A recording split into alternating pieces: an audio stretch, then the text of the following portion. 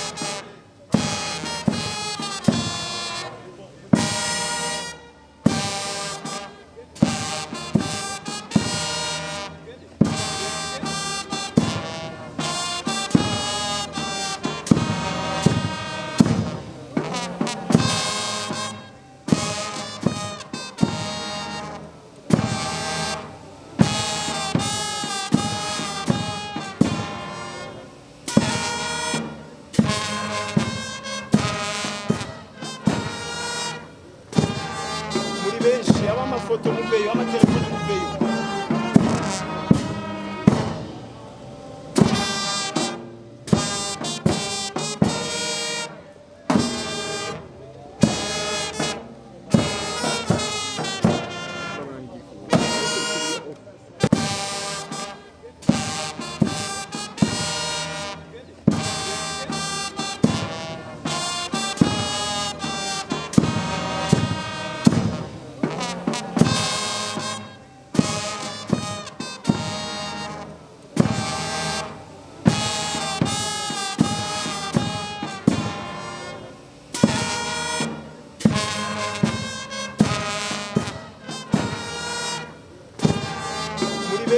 amafoto muveyo amatelefone muveyo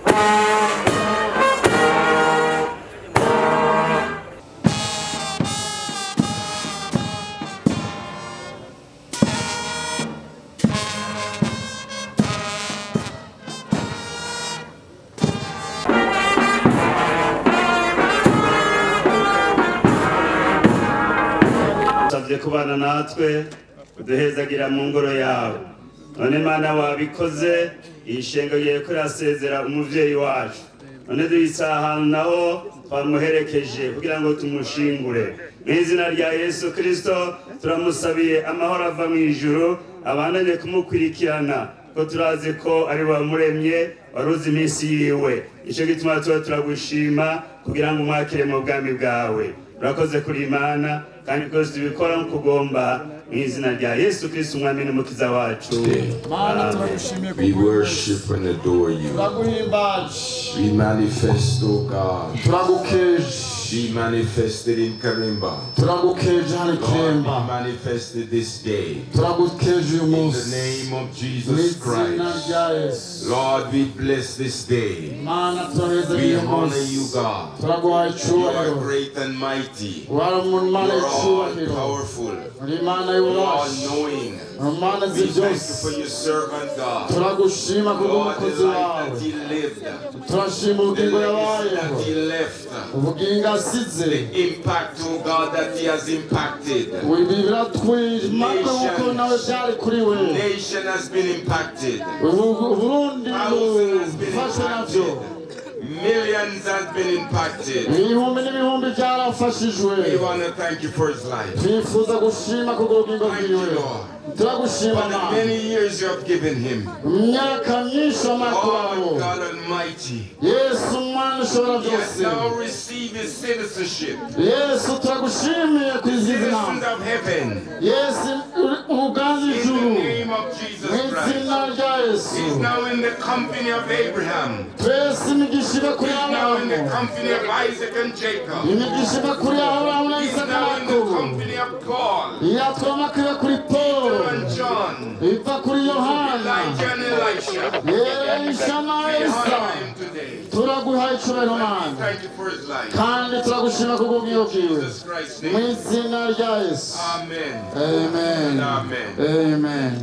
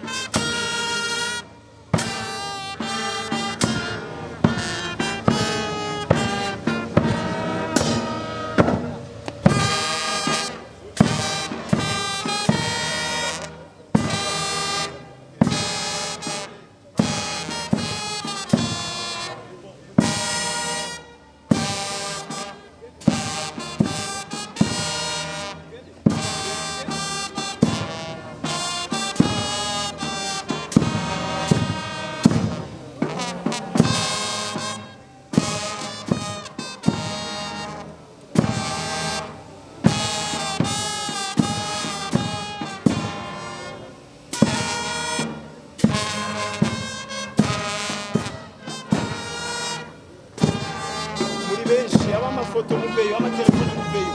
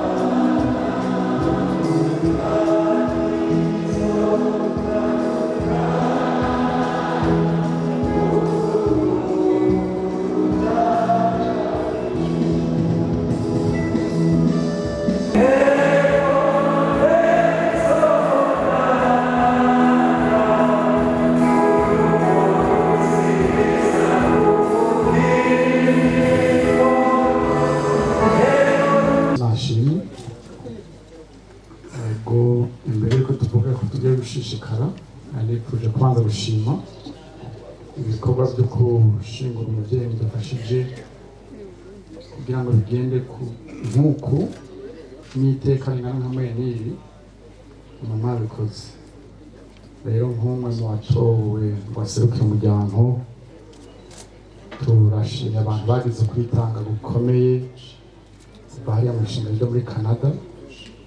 Uyu mubyeyi wacu umaze kurangiza urugendo hakoze ibikorwa bikomeye by'urukundo ndetse byatwaye no kwitanga n'uburyo bwinshi. None rero gushika i Bujumbura no gushika ngaha Kirembe iteka ringana hamwe n'uko bwamwebwe mwararyiteye mwarateye umuryango. Natwe rero mu muryango nk'abawuserukiye ukuri turabunamiye kandi turabashimiye. Imana ibahezagire. Nuko turarangije hano mugabo tugiye gushishikara kubwira yani majambo tukaraba kandi tugira ko no guca ku mazi. Imana ibahezagire. Turagushimiye Mana, turagutaziriye cyane, turagukuriye ubwatsi. Uri Imana ata muntu yo gusobanura. Ibikorwa wakoze byose ni byiza. Kuva hirya y'icyo tubona byabaye turi hariya ku kibuga cy'indege, turavye umunsi w'ejo nyene twaje neza ukatuzigama. Uyu munsi wakoze ibitangaza n'ubishimirwe. None rero ibyakozwe byose turataritse amaboko y'amashimwe. Ushishikare kubana natwe, abahava bafata ingendo ujane nabo n'abazogenda hanyuma. Amashimwe aba yawe turabigushimiye mu izina rya Yesu. Amen.